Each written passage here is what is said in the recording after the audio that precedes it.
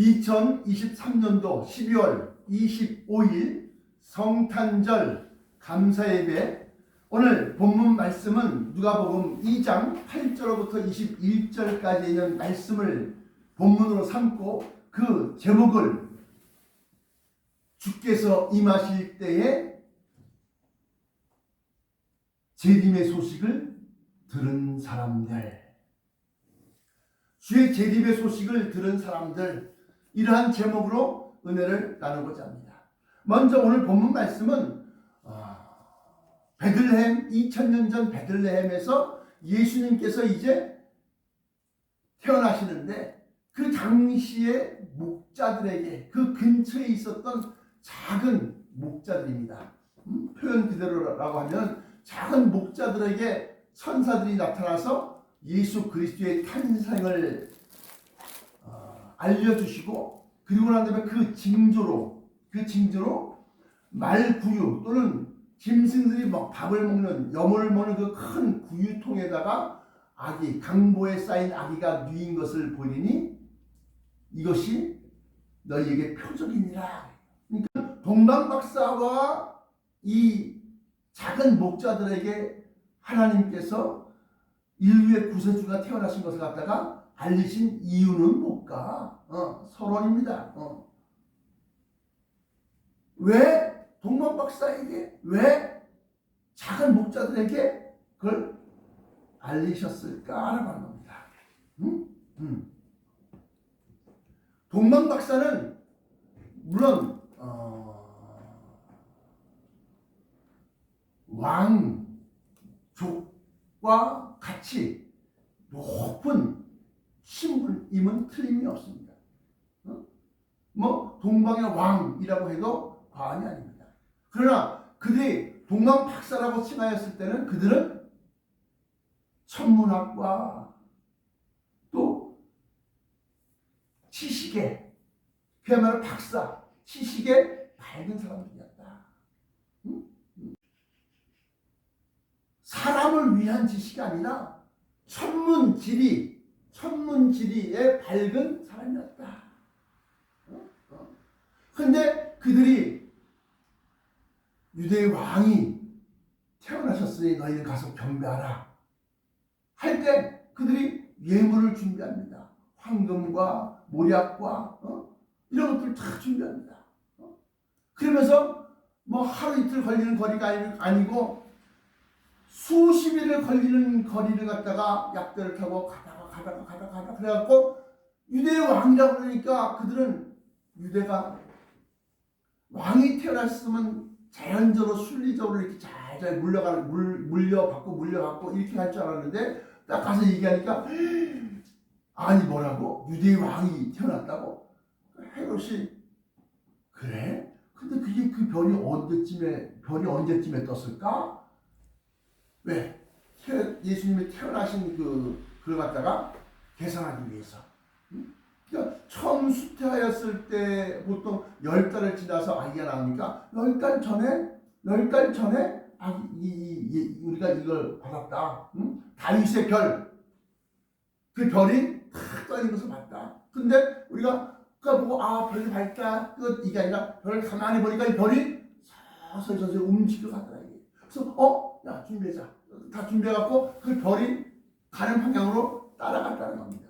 쫓아갔다는 겁니다. 하나님의 말씀을 쫓아가지 아니하면 재림 예수를 만날 수가 없습니다. 동방박사가 별만 딱 보고 별이 있네, 별이네, 저게 다윗의 별이구나, 저게 이스라엘의 왕이 태어난 그 별이구나, 별만 가만히 바라보고 그냥 끝났다고 이렇게 하면은 아기 예수를 찾아서 경배하지 못했을 것이다. 그러나 가만히 보니까, 오래도록 보니까 그 말씀대로 그 별이 움직여 갖고 있는 거예요. 그래서 이 사람들이 얼른 준비를 합니다. 예물을 준비하는 거예요. 그리고 그 별을 따라서 쫓아가는 겁니다. 이걸 현대 우리의 비유에 봤을 때 별은 아닐지라도 물론 별도 천문지대에 지금 이상이 있습니다. 그런데 별은 아닐지라도 왜 우리가 뭐 천천만한 걸 갖고 있는 것도 아니고 맨날 현대 도시에서는 스모그와 이제 오늘 미세먼지가 또 심하다고 합니다. 그런데 그런 대기의 오염 때문에 하늘을 제대로 볼 수가 없으니까 하나님이 표시로 다윗의 별을 딱 띄워줘도 우리는 안 보여. 그 대신 뭘 주셨느냐? 예언하신 말씀. 그 말씀을 뭐라고 그러냐? 빛이라고 합니다. 빛. 아이, 목사님 마음대로 막 지어내시네. 요한복음 1장에 보시면 태초에 말씀이 계시니라. 이 말씀 하나님과 함께 계셨고 하나님이라는 겁니다. 그 말씀 안에 빛이 있었으니, 말씀 속에 빛이 있었으니 이 빛은 사람들의 생명이라, 영생이라. 그러니까 우리가 이 말씀을 보면서 그 말씀 속에 전체는 아니지만 그 속에 예언되어져 있는 재림 예수에 대한 흔적을 쫓아가고 이것이 바로 다윗의 별을 쫓아갔던 동방 박사와 같은 것이다. 우리도 지금 이건 마태복음 것을 봐야 돼. 마태복음 것. 지금 누가복음의 본문인데 마태복음에 보면 그 날수 계산해서 이제 봐요. 마태복음 2장 1절부터 동방박사가 이제 동방박사에서 나옵니다. 그러면서 7절에 2장 7절에 이에 헤롯이 가만히 박사들을 불러 별이 나타난 때를 자세히 묻고 베들레헴으로 보내며 이르되 가서 아기에 대하여 자세히 알아보고 찾거든 내게 구하여 나도 가서 그에게 경배하게 하라. 경배하려고 할까요? 죽이려고 할 거지. 근데 그 앞절에 보시면 마태복음 2장 3절 5절 3절부터 5절까지 보시면 3절 4절 5절 헤롯 왕과 온 예루살렘이 듣고 소동한지라 왕이 모든 대제사장과 백성의 서기관들을 모아 그리스도가 어디서 나겠느냐 물으니 이르되 유대 베들레헴 이오니 이는 선지자로 이렇게 기록된 바 또 유대 땅 베들레헴아 너는 유대 고을 중에서 가장 작지 아니하도다 너에게서 한 다스리는 자가 나와서 내 백성 이스라엘의 목자가 되리라 하였음이니이다. 그러니까 마태복음에 나와 있는 말씀을 통해서 이 동방박사는 헤롯 왕에게 구했고 헤롯 왕은 자기는 정치 치기만 했으니까 사람들 잡아다 죽이기만 할 줄 알지 세금 뜯어낼 줄만 알았지 모르니까 야 우리나라도 대제사장 있잖아. 우리나라도 예언자 있잖아. 우리나라도 좀 기도하는 사람 기도 빠진 사람 있잖아. 빠져들고 와봐. 그래서 물어보니까 이렇게 나와. 그러니까 그 사람 그걸 베들레헴이라고 밝혀낸 사람도 나름대로 성경을 신학을 공부한 거지. 제대로 공부한 거지. 대답한 거지. 그러니까 거기까지 안 거야. 그래서 동방박사들한테 그 말씀이 전하여졌고 그 베들레헴으로 갑니다. 가서 보니까 진짜 다윗의 별이 밤마다 움직이는데 어느 날 갑자기 더 이상 움직이질 않고 가만히 한 곳을 싹 비추는데 거기 보니까 글쎄 말똥 냄새가 가득한 말구유가 있고요. 사람이 맞닥뜨릴 수 있는 가장 비천하게 태어났습니다. 가장 천하게 가장 낮은 곳에서 예수님은 태어났습니다.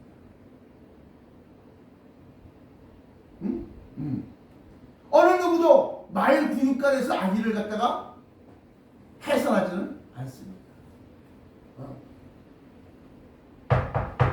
그러면 재림때는 어떨까요? 재림때는 가장 낮은 곳은 아닙니다. 재림때는 가장 높은 곳에서 가장 위험 있는 모습으로 수많은 천군 천사를 이끌고 탁 오실 겁니다. 이것이 초림과 재림의 차이입니다.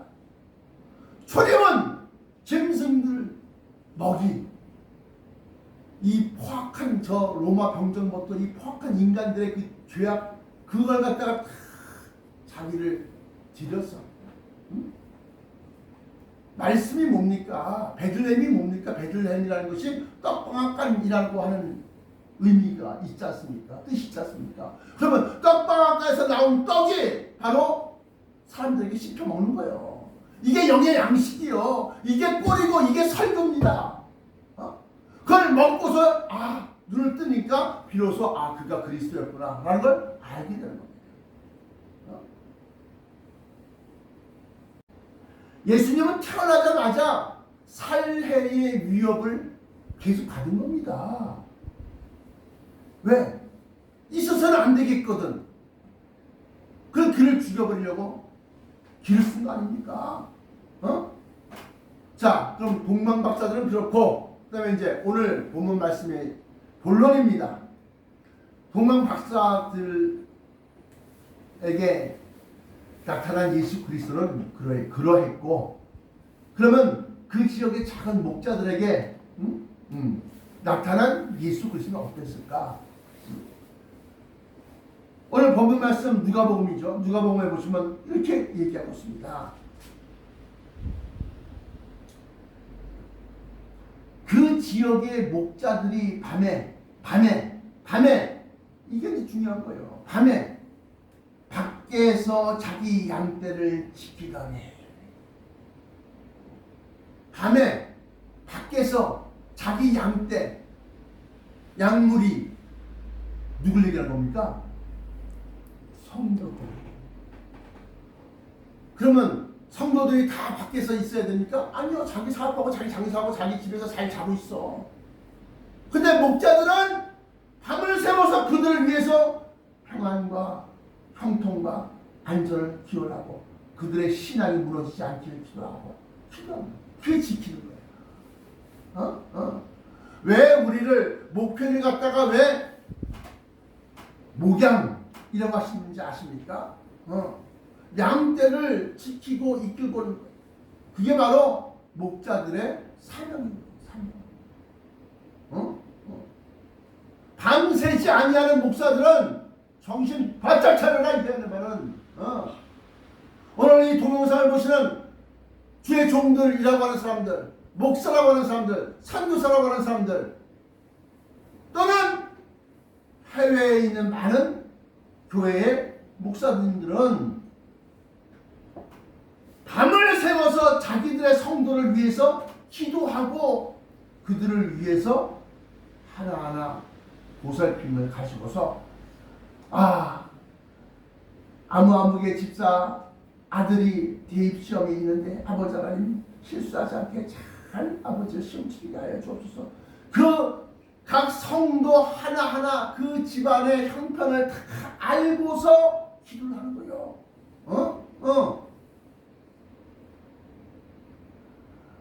뭐 이배재 강택의 아버지 하나님 아무개 집사 아버지 요즘 너무나 사람들이 없고 장사가 안 돼서 고통받는데 아버지 하나님이여 많은 사람들이 찾아들게 하시고 모여들게 하시고 또 그들의 생업에 축복하여 주옵소서.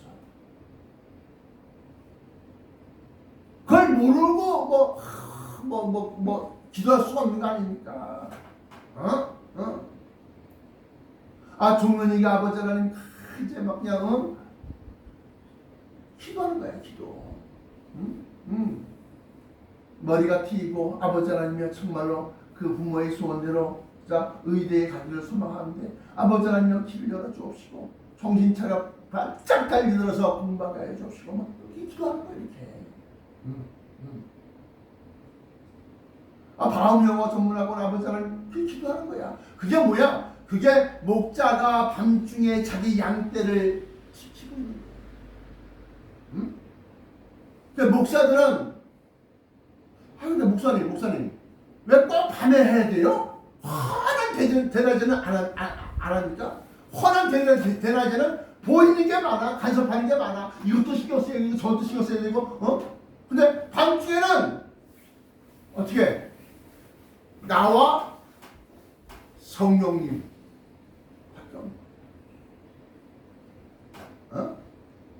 그래서 밤기도가 중요한 거야. 새벽기도가 중요한 거야. 어? 어.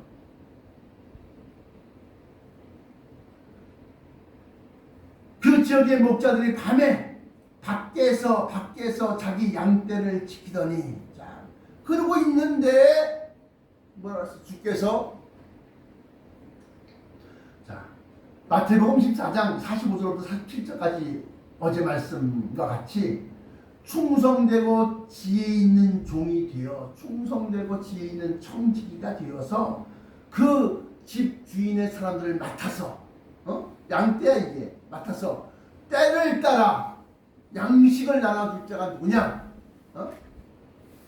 주인이 올 때에, 야, 이게 중요한 거야. 주인이 올 때에, 그 말씀과 같이 때에 따라 때를 맞추어서 영의 양식인 설교를 딱딱딱 하는 것을 갖다 보면은 그 종은 복이 있습니다. 주인이 자기의 모든 소유를 그에게 맡긴다. 여기서 중요한 게 있어. 그에게 주리라가 아니야.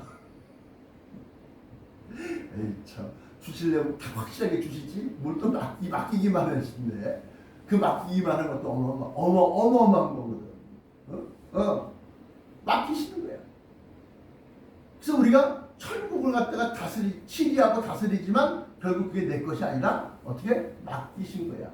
이 지구를 우리에게 맡기신 겁니다. 야, 이거 네가 잘라 먹든 뽀개 먹든 뽀사 먹든 뭐 오염시키든 뭐 그냥 뒤집어지든 뭐든 뭐 그냥 지지고 먹든 네 맘대로 해. 너 네 거야. 그거 딱 주신 게 아니야. 착각하지 마세요. 땅을 정복하라. 충만하게 번식하라. 그리고 이걸 잘 다스려봐라. 근데 일반 백성들은 휴전을 하고 더 이상 사람을 죽이는 게 막 그하니까 빨리 끝냈으면 좋겠는데, 이스라엘의 베냐민 네타냐후는 또 베냐민 지파야. 그 사람이 성이 베냐민이야. 베냐민 네타냐후가 지금 수상인데, 행정부의 총 수상인데 끝까지 간다. 하마스도 이제 왜 완전 다 끊기게 생겼으니까. 가자 지구가 뭐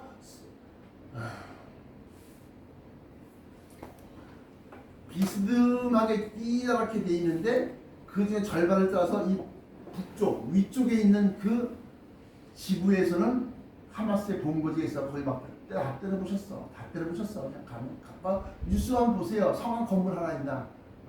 성한 건물이 하나 없이 다 부셔놨어.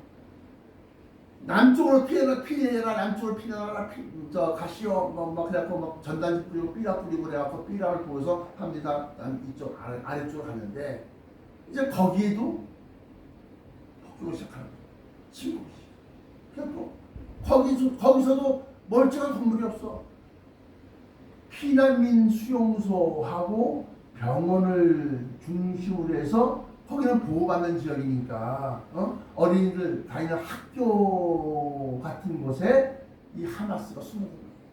하마스가 참 나쁜 놈들이 뭐냐면 왜 서방 사람들이 보호하고 있는 그 지역을 갖다 숨어드냐 이게야. 그 사람들이 위험하게 자기들 살겠다고 자기들 백성 중에서 가장 나약하고 힘없고 어려운 사람들을 그 사람들이 있는 곳을 피난처로 삼는다는 것은 그 사람들을 희생시키겠다는 거예요. 팔레스타인 지방에 있는 사람들이 죽임 당할 때 그 지역에 같은 아랍 민족들이 반발을 해야 되는데, 미국이 그 반발을 못하게 만든 거예요. 큰 항공모함 전달 갖다가 2대씩이나 지중해 동쪽 연안에 탁 세워놓고 바로 눈앞에 보이는 게 가자지구거든. 그것도 모자라서 미사일을 쏠 수 있는 핵잠수함을 딱 은밀하게 딱 들어가 감춰놓고 있는 거예요. 그러니까 사우디아라비아도 이집트도 또 시리아나 그밖에 리비아나 그 지역의 중동 국가 다른 그러니까 친미적인 아랍 국가가 있지만 반미적인 아랍 국가가 있거든요. 시리아, 리비아, 뭐 옛날에 이라크 같은 경우 다 반미 성향의 아랍 국가인데 그 지역에 있다가 꼼짝 달 수가 못하는 거야. 그러니까 국가가 아닌 헤즈볼라, 정파라고 그러는데 헤즈볼라, 또 뭐 예멘 반군, 정부군도 아니야. 반군 이런 데서 이란에서 제공받은 무기를 가지고 미사일 가지고 막 거기다 하는 거야. 헤즈볼라가 어디다가 가자 주고 점령하고 있는 이스라엘 사람들한테. 예멘 반군은 한마디 보니까 서양 놈들 참 나쁜 놈, 사방 세력들이 나쁜 놈들이야, 악한 놈들이야. 아니 왜 우리 종족을 죽이는데 그걸 다 침묵하고 있고 가만히 있냐 이거야. 그러니까 어떻게 홍해 바다를 통해서 이집트 접경지에 가서 구석에 수에즈 운하라는 것이 있습니다.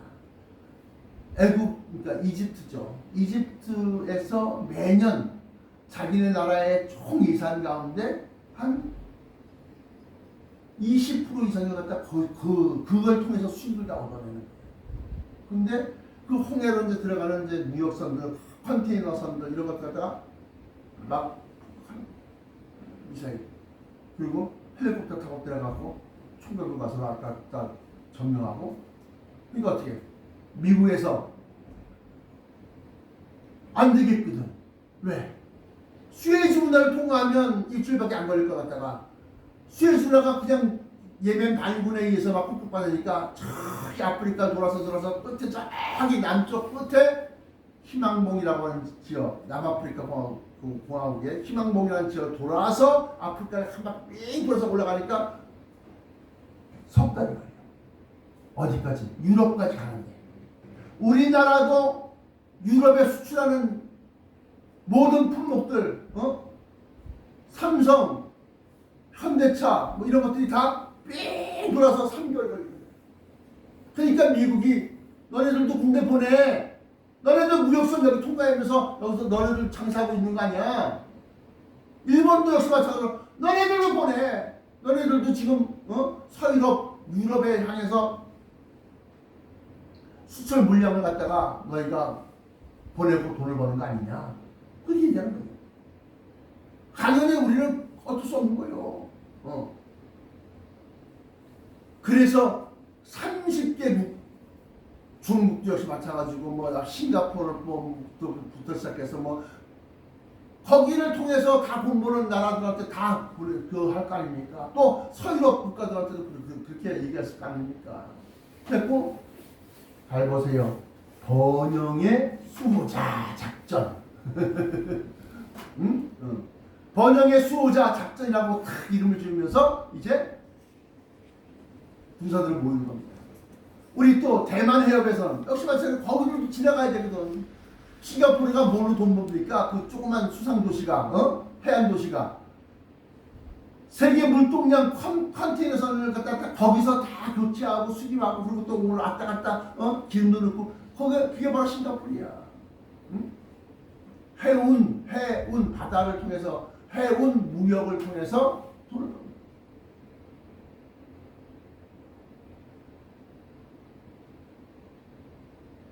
이처럼 지금 국제 정세가 예수 그리스도 오시기 직전의 모습과 흡사하게 닮아 있다는 거예요. 흡사하게. 그러므로 말미암아 전 세계 사람들이 그 이스라엘 향해서 등을 돌리지 않겠습니까? 우리나라도 미국이 너네들도 호르무즈 해협 수에즈 운하를 통해서 무역선을 보내고 돈 받고 하는 거니까 너네들도 군사를 파견해라. 하지만 홍해바다가 이 기다리고 있으면 홍해바다 바깥에서 활동하고 있는 우리나라의 강감찬 호가 있습니다. 강감찬 함, 호위함으로 알고 있는데 그 배에 있는 병사를 갖다 보내야 되나 말아야 되나 지금 왜 세계 여론은 보내지 말자고 이스라엘 너무 퍽하다고 그렇게 하지만 미국이 직접적으로 한국 정부와 협의하는 그 미국이 야 보내시오. 너네는 거기서 돈 벌잖아. 그러니까 이게 고민이 되는 딜레마가 되는 거예요. 아마 다른 여러 나라들도 그렇게 고민이 될 겁니다. 그러다 보면 결국 어떻게 되느냐? 하나씩 떨어져 나가. 이스라엘로부터. 그리고 남은 거는 내 민족을 호위하는 대군 미카엘이 뭐 이렇게 나갑니다. 다니엘서 12장에 보시면. 그러니까 미국만 남아있게 되는 거예요. 결론적으로 이 말은 뭘 얘기하는 거냐? 세계 3차 대전을 갖다가 지금 일어날 조건, 분위기를 조성하는 겁니다. 주님이 오시면 평화가 오고, 주님이 오시면 행복해지고, 주님이 오시면 잘 돼야 되는데, 실상은 막 폭격이고 전쟁이고, 2000년 당시에도 역시 마찬가지였습니다. 예수님이 오시면 평화의 왕이라고 그랬는데 왜 평화의 왕이야? 죽임당하고 끌려가고. 결국은 예수님 잘 보세요. 예수님이 태어나신 지 80년, 그러니까 주후 80년에 이스라엘은 완전히 망합니다. 평화의 왕이 오셨는데 왜 완전히 망할까? 그 평화의 왕은 재림 때 이루어지게 되었습니다. 재림 때. 그래서 우리가 재림 예수를 기다리는 이유가 되는 거예요. 재림 때 인간들끼리 지지고 볶고 3차 대전까지 이렇게 갔다가 하나님이 그 택하신 자들을 위하여 그 날수를 줄이는 겁니다. 그래서 어느 한쪽에 끝까지 항전 의지를 갖다가, 하나님은 마음을 다스리시는 분이시라 한쪽 편에서 그 끝까지 싸우겠다고 해보자고 하는 그런 항전 의지를 갖다가 싹 눌러놓으시고 꺾어놓으시고 누그러뜨려 놓으셔. 그래서 전쟁이 스그머니 소강 상태로 되어졌을 때, 그때 올라가 독수리같이 이게 이루어지는 겁니다. 그리고 난 다음에 지들끼리 막 싸우고 먹고 막 한 번 있다 보니까 위에서 보니까 크다란 새 예루살렘성이 탁 떠있게 되는 겁니다. 그러면 자기들끼리 싸우다가 제 3자 나타났으니까 잠깐 멈추고 저거 뭐야? 이렇게 되는 거죠. 그렇게 흐지부지 3년 반 동안 갖다가 공중 혼인잔치를 통해서 우리는 하나님의 자녀로서 등극하게 되고, 이 땅에서는 승자와 패자가 갈려지면서 승자 쪽에 있는 큰 정치적인 지도자, 아마 인도주의를 내세울 겁니다. 인류의 번영과 인류의 행복과 인도주의를 쫙 내세우면서 큰 지도자 하나가 나타나서 지구촌을 갖다 막 하나를 막 연합하고 통일시키고 막 그럴 겁니다. 근데 그가 암살을 당했어요. 암살. 그리고 난 다음에 그를 추종했던 그 전 세계 행정력 밑에 있었던 통일 종교가, 안티크리스트가 그를 갖다 다시 부활시킵니다. 어떻게? 아마도 챗 GPT 말을 걸면 대답을 해. 질문을 하면 그 해답을 찾아서 대답을 해. 그리고 그럼 앞으로 우리가 어떻게 해야 되지? 물으면 그동안에 인간들이 수많은 자료들을 갖다가 데이터로 만들어놨던 그 빅데이터를 갖다가 통해서 연산된 게 막 정석이 그거 이렇게 해야 될 거다 하고 딱 얘기해 줍니다. 지금 문서 작성, 무슨 포토그래피 또는 무슨 하다못해 회사에서 무슨 설명하는 그런 자료를 갖다 만들 때도 다 챗 GPT를 통해서 다. 이제는 판사도 필요 없어. 이제는 의사들도 필요 없어.